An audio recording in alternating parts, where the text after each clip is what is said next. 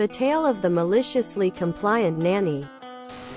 I've been working in childcare for a long time. 20 years to be exact. In that time, I've been a babysitter, a nanny, a preschool teacher, and mother's helper for dozens of families. I have many certifications and great references that always tell my prospective families I know what I'm doing and should be listened to. Well, I was job hunting again, and found a family a bit outside my area, but they were willing to pay me pretty nicely. Still well below what I'm worth. But times are tough and I'm understanding. They said their daughter had been pulled from school due to health issues and needed some discipline. So I decided to put on my super nanny hat and take on the challenge. I love to turn nasty toddlers into lovely kids.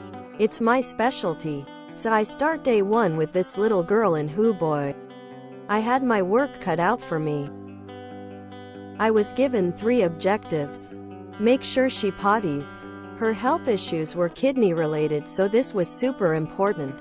Make sure she washed her hands, due to her compromised immune system. And make sure she picks up her toys. Easy enough, right? Absolutely not. So I'm at her house a grand total of 1 hour and it's time to potty. I ask her first, can you go potty? Met with a resounding no. Okay, new approach. You need to go potty. Cue the waterworks. Screaming, crying, fighting me. You'd think I'd lead this child to a killing floor at a slaughterhouse.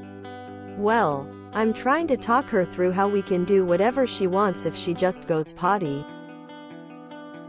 Well, while I'm making progress, Dad comes downstairs from his office to console her and tell her she doesn't need to do it.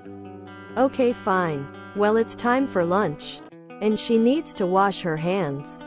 Cue second freakout of the day. I am trying to explain to her why we need to wash our hands and that she'll eat as soon as she's done it. We went back and forth for about 10 minutes before Mom comes out and hand feeds her so she doesn't have to touch the food. Anytime a parent comes out, the kiddo starts bossing them around and getting her way. After lunch she becomes inconsolable.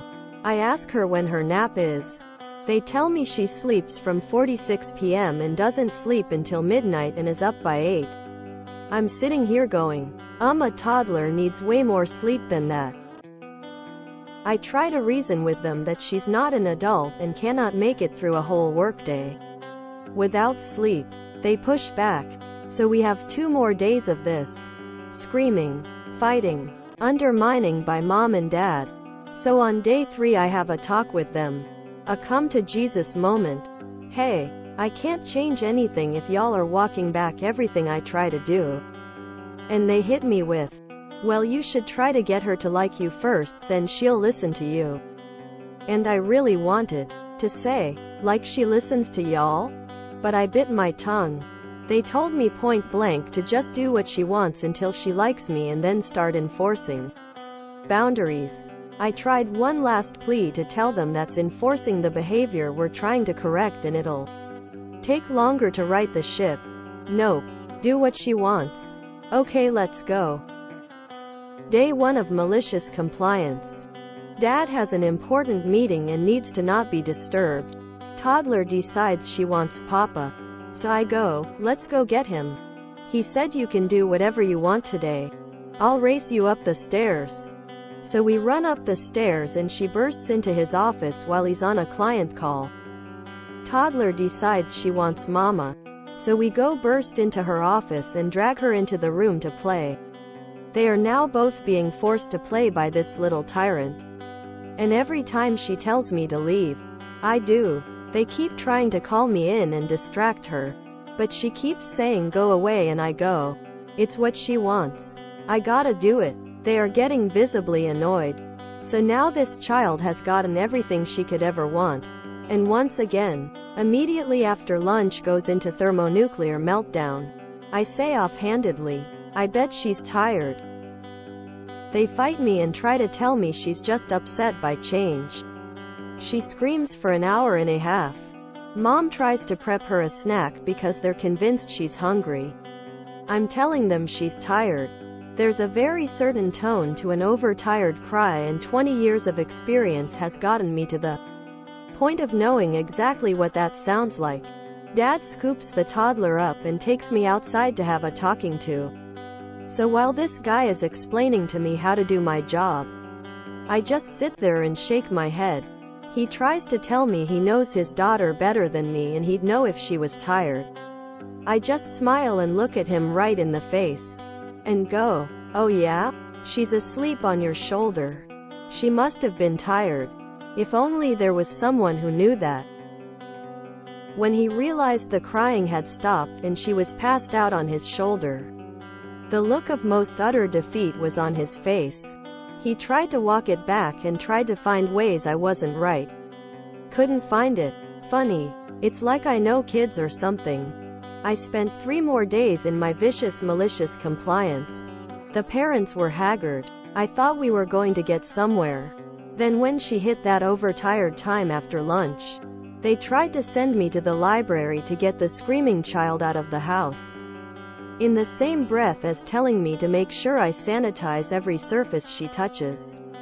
They tell me they don't buckle her into her car seat because she doesn't like it. I quit on the spot, then immediately reported them to the service I worked with. I do believe they've been fired, as clients and CPS might have gotten involved. But all I know is they had 4 workdays they had to make up at night once she fell asleep. Which, remind you, was at midnight. So I feel like I got my perfect revenge. 4 workdays of work, when you should have been sleeping. Man, it's almost like the professional knew what they were talking about. Good on you, op. They had that coming and I salute you. Saluting face. Some people just maybe should not have kids. I feel sorry for that kid. She deserves better parents. I hope she's growing up okay. Geez. I hate when people go to the trouble of looking for and hiring a professional because they don't know how to do something, then proceed to tell the person they hired how to do the thing that they hired them to do. Sorry if that made no sense. I'm sick and overtired, so I can't English ATM. Like, if they knew what they were doing, they wouldn't have hired you to help them fix these behaviors. They would have just done it themselves. Don't you just love people that hire a professional to do a job and then proceed to tell them how to do it? Well, even if they didn't get what they paid for, they got what they asked for. They tell me they don't buckle her into her car seat because she doesn't like it. You know something she also really wouldn't like? Flying through the window when some other jerk hits their car due to not paying attention. You probably already know this, but sounds to me like they are inexperienced. Overindulgence. Stubborn parents who are also parenting out of regretter. I.e., we are so sorry you are sick, and there is nothing we can so about that, but we can give you anything you want every time you want it. Our society has a lot of people who have been taught that they are supposed to be the best friend of their child and that they should support them in everything. A good parent does not think of their child as a friend but as a child whose development into a responsible adult is paramount. That means gentle discipline and guidance with a whole lot of love. The bond you develop in parenting is stronger, more enduring, and more loving than is any friendship. Wow, parents like that will spend a fortune in lawyers in the future for that kid. I'm not for making things harder on others, but I can sympathize with you. A wise old man one time told me something I've never forgotten. It's what's kept me out of jail all these years. He said, if you can't do something to help a person, then don't do nothing to hurt them. As a teacher, I am not looking forward to working on this kiddo's inevitable behavior problems when she reaches school age. I would have done an immediate intervention the first day. Good on you for doing all of that. If you enjoyed this video, please check out our playlists full of similar content. Epic Ericast is like doom scrolling for your ears. Please like, share, and subscribe.